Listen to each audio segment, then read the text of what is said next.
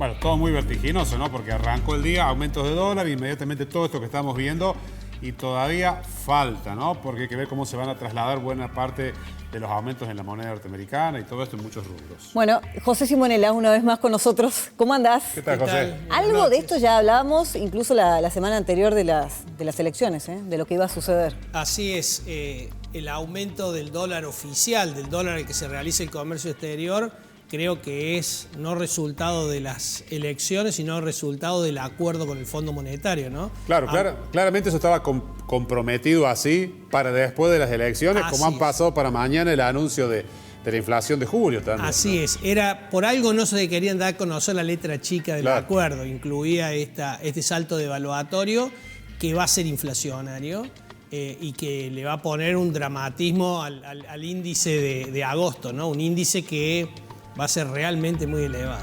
Sí, porque mañana se va a conocer el de julio y para el de agosto se está hablando de la posibilidad de 2 dígitos. Bueno, hay que ver qué va a terminar pasando. Eso va a ser una fotografía vieja, en definitiva. Sí, el de julio ya es un índice viejo y va a quedar bajo comparado con el de agosto. Yo creo que todos están tratando de pensar de cuánto va a ser el de agosto, que todavía queda más de medio mes, ¿no? Todavía. Y este impacto devaluatorio, tanto en el dólar oficial, recordémosle a la gente que se importan aproximadamente unos 6.000 millones de dólares, digamos, por mes.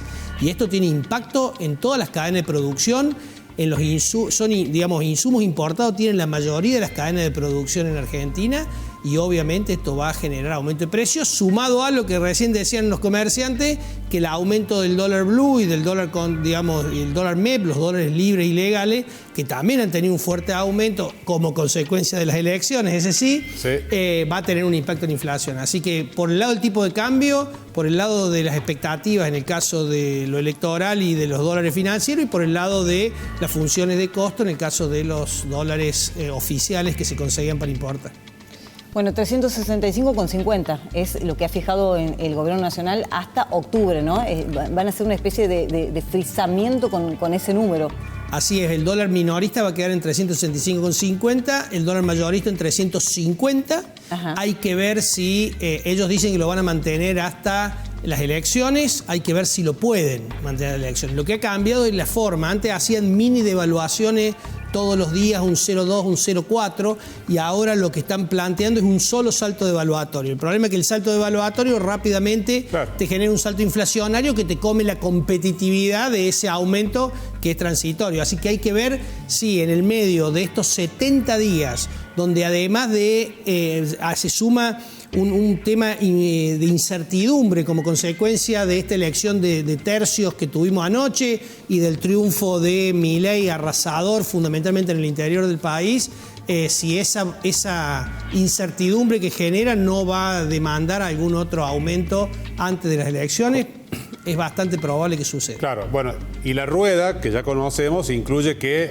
se va a tener que rediscutir salarios también, es decir, porque ya hoy nomás arrancamos 20% más pobres que ayer, en pesos, ¿no? Y se estaban cerrando, algunas paritarias estaban en plena discusión y ahora con esto seguramente la pérdida salarial se va a tener que volver a discutir. Sin lugar a dudas va a venir la presión de los gremios, más pensando en el tema electoral, ¿no? O sea, necesitan dar buenas noticias fundamentalmente del gobierno y del sector sindical que apoya a Massa.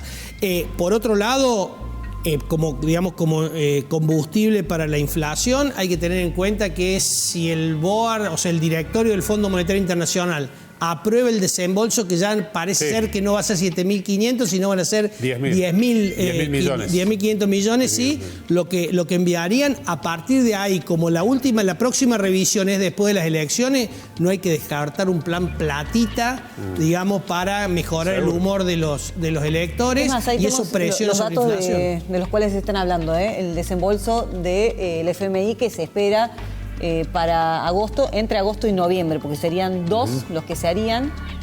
Algo más de plata, como bien mencionabas, 10.750 millones de dólares son los que llegarían.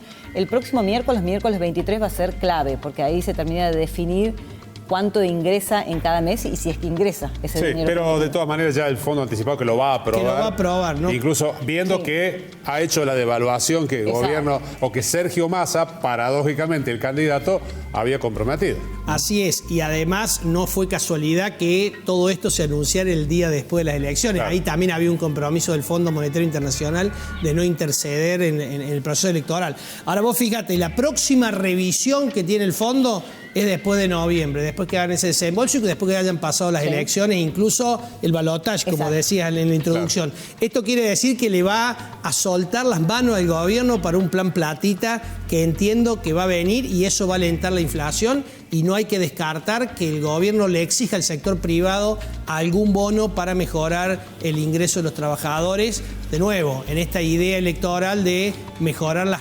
performance o las posibilidades de Massa, ¿no? Del ministro. ¿Al mercado no le gusta Milei?